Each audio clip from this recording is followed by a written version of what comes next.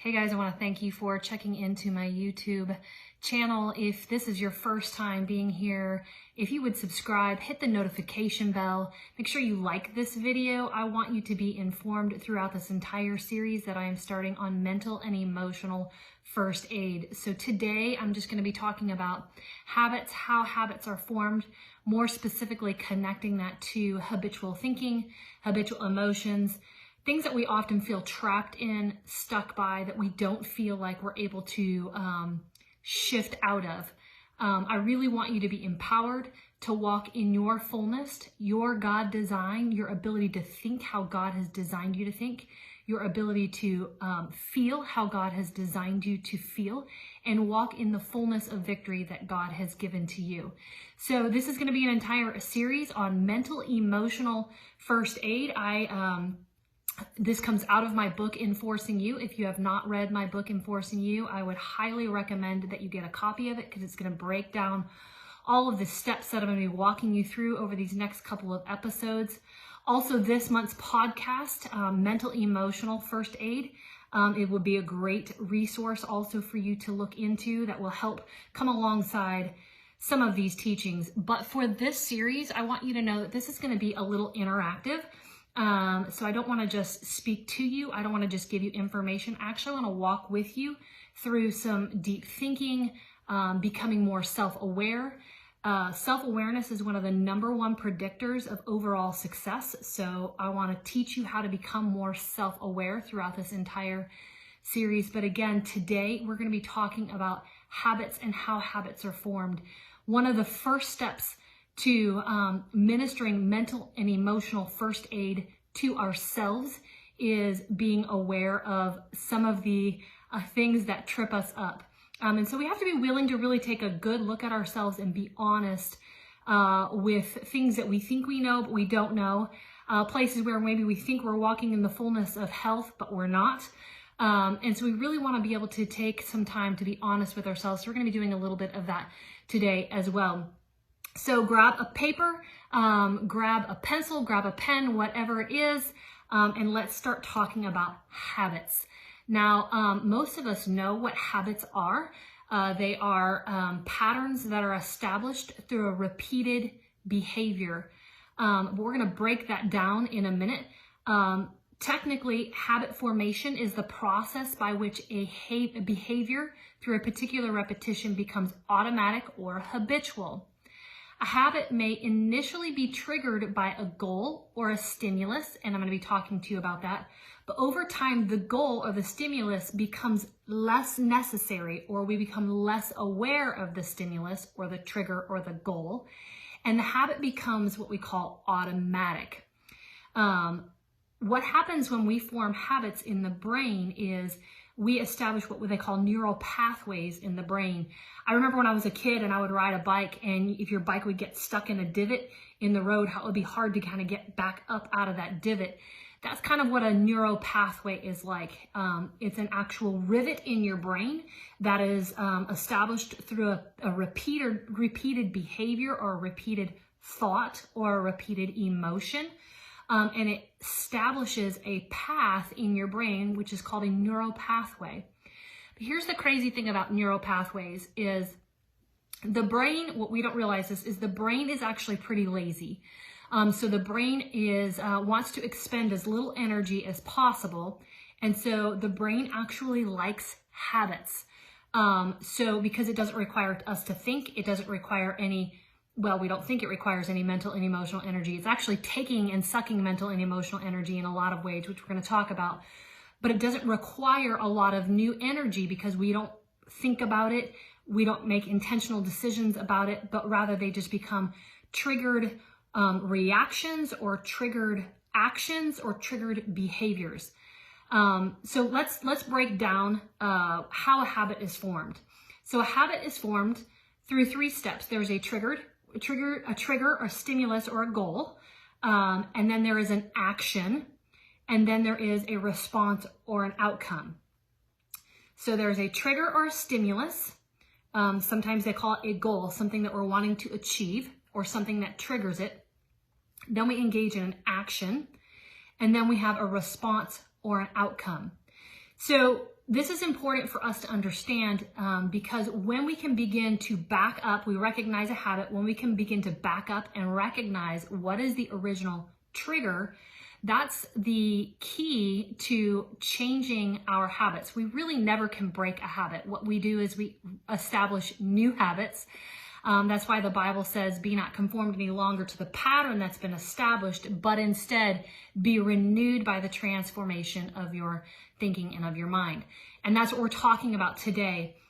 First, understanding how a habit is formed so that we can begin in the next episode, how do we begin to change or reverse those habits? So a trigger, an action, and then we have a response or an outcome. So let me give you an example.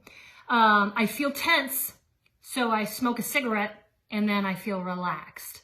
I feel emotional pain, so I smoke weed and then I feel better. I feel overwhelmed, so I eat something carby and then that serotonin is released in my brain and I feel relaxed and I feel calm. I feel stressed, so I go for a walk, and the fresh air and the movement just makes me feel calm and relaxed. So I'm giving you some examples of habits, of things that we automatically do in response to a feeling or emotion. Sorry guys, still recovering from COVID. If you haven't seen those videos, you'll see where I really was able to do a lot of these mental exercises to minister to myself mental and emotionally through that. So what happens is trigger, action, reaction, or response or outcome. What happens is we lose this process. We have this space in between here, between the trigger and the outcome. And we call that kind of the gap. That's the action. What happens is when I have a trigger and I immediately over time have an action that takes me to this next place of feeling better, I lose that gap in between there because it becomes a triggered reaction.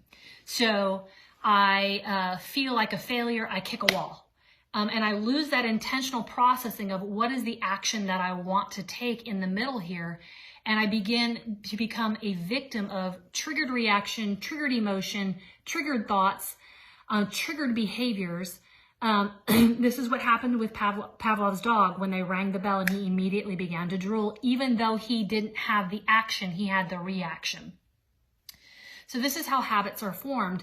And so in order for us to change habits, more specifically, habitual thinking or habitual emotions, we have to intentionally widen that gap and decide to choose the action between the trigger and the response that I want.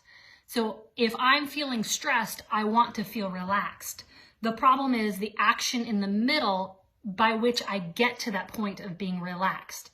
So remember, my brain is lazy, so my brain's always going to go back to what it thinks or what it has worked for it. So if I eat chocolate, I feel better. If I kick a wall, I feel better. If I go for a walk, I feel better. Whatever that action is, whether it's healthy or unhealthy, we have to be able to intentionally widen the gap and process the action that I want to take in order to change my habitual thinking and my habitual emotions. So before we go any further, I want you to take a moment and think about a habit that you have.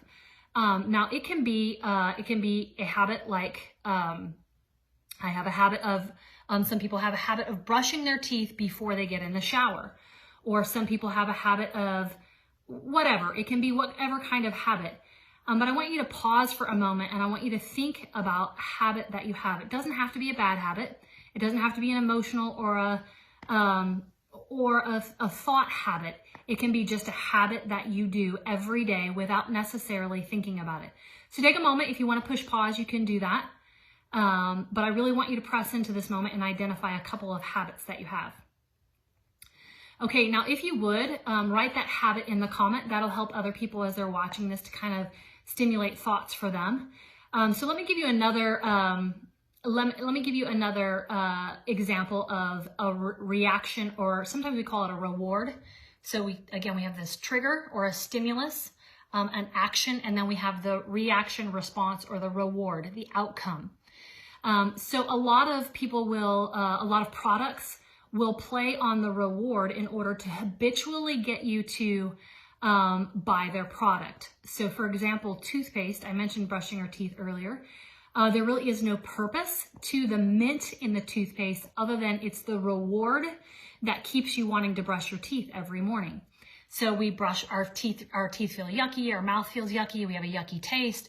We brush our teeth and they put mint in the product to give us a reward that our brain likes that keeps us habitually wanting to brush our teeth every day. Same thing with the suds that they put in shampoo. The suds are only put in there to make you feel, you have that reward of feeling like your hair is getting clean. So this is how producers of products actually play on habit, the reward that our brain is looking for, to get you to continue to buy their product, okay? So mentally and emotionally, we are designed to walk in the reward of peace, to walk in the reward of calmness, to walk in the reward of lack of stress. And so we'll do whatever it takes to get us there. And a lot of times the action that we engage in are not healthy actions, but because we're desperate for that reward, we keep engaging in that action. So we're going to try and work through this series on ministering mental and emotional health to ourselves by really taking a look at some of our habits and intentionally changing the action between the trigger, which is the original emotion or the original thought, identifying the message behind it, and changing the way we want to respond to that in order to get to the actual real reward. Because let's be honest, the reward that we get often is just temporary and it keeps us going back, which is why we have to keep smoking a cigarette or keep smoking weed or keep eating chocolate or keep brushing our teeth, all of those things. And so it keeps us stuck in this cycle of keeping coming back. But we want to walk in our fullness mentally and emotionally. So we're going to be talking about forming new habits and the intentionality that we have to engage in forming new habits. So think with me for a moment. When you learned to drive, we had to think about everything. Put your foot on the brake, turn the key, put your hand on the gear shift, put it in reverse, check your rear view mirror. I'm teaching my daughter how to drive right now, and I have to walk her through all of these steps. And so she has to be very intentional to process through as she is developing the habit of how to just start her car and back out of the driveway. Now, you and I have been driving for years. We don't intentionally process any of that. It has become a habit. It's just habitual thinking for us. We no longer even think about it. And so we want healthy habitual thinking. We want to change some of those habitual thinkings of anxiety, habitual thinking of failure, habitual thinking of depression, habitual thinking of anger, all those things. We want all of those things to be shifted and reversed into the habitual thinking of Jesus Christ. Now, the Bible says, do not be conformed any longer to the pattern of this world, but be transformed by the renewing of your mind. Now, a pattern is something that is established through repeated behaviors. We're talking about habits. And so we have repeated behaviors, repeated thought patterns, repeated emotions that we have struggled with through our entire life. And they have established a habit, a pattern, or what I call a blueprint that tries to define who we are and tries to navigate every interaction we have, whether you're at work or whether you're at play. This is the key to you beginning to walk in your fullness and not just enforcing who you are, but enforcing your purpose and what you do, influencing cultures around you. Your business will soar as you begin to become more adept at ministering mental and emotional health to yourself. Your relationships will soar as you become more adept at ministering mental and emotional first aid to yourself. But we have to start by understanding how habits are formed and our power to break the patterns of existing habits. Now, again, I'm using all these practical habits to give you an example of how we have established mental and emotional habits. And so we all have them. For me, when I'm feeling like a failure, when I'm feeling inferior, I notice that I begin to automatically, if I'm not intentional, my automatic go-to emotion is I feel depressed. I feel less than. For a lot of men, when they are struggling with feeling like a failure, they're feeling inferior, a lot of their go-to reactions, emotional reaction is anger.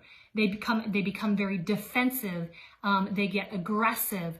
A lot of times for women, we recluse. We kind of get into ourselves.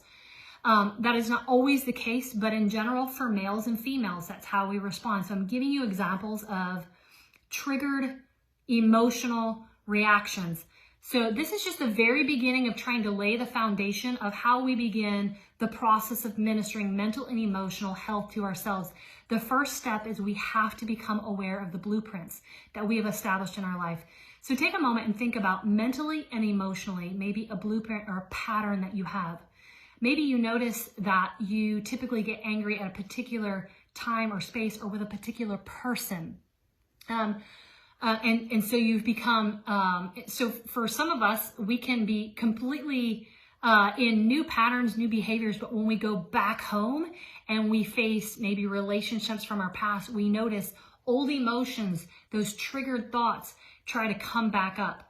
So we need to be able to recognize those. And we're going to be talking about identifying core lies, and how our emotions basically point us back to core lies. That's going to be in the next episode, and how that is part of the process of changing and reversing the pattern of your habits and ministering mental and emotional first aid to yourself.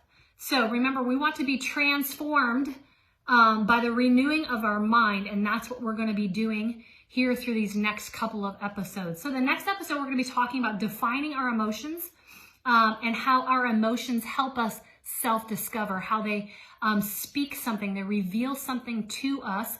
I know a lot of times we think becoming emotionally aware, emotional intelligence is all about ignoring your emotions. That is not true at all. Emotional intelligence is actually a high awareness of your emotions and the ability to take hold of your emotions and navigate them instead of being navigated by them. So we're going to be talking about that in the next episode. In the meantime, check out some of my mirror talks on YouTube, so that you can start becoming more adept on how to really start to change the way you view yourself, the way you talk to yourself, the way you minister to yourself, the power of the scripture to navigate us into declarations that are true about who we are. All right. So other resources, order my book, Enforcing You, head to this month's podcast. Check out some of the other YouTube, but otherwise, remember, more than anything, leave a comment. Let me know some of the habits that you became aware of today, some of the things that you learned about habits, whether they're good or bad, because habits don't have to be bad. We want good habits in our life as well. So leave a comment, let us know. Share this with somebody and make sure that you tell them to click that notification bell so that they can keep up with this entire episode, because I want to walk with you through mental and emotional first aid. Because remember, enforcing purpose, it starts with you.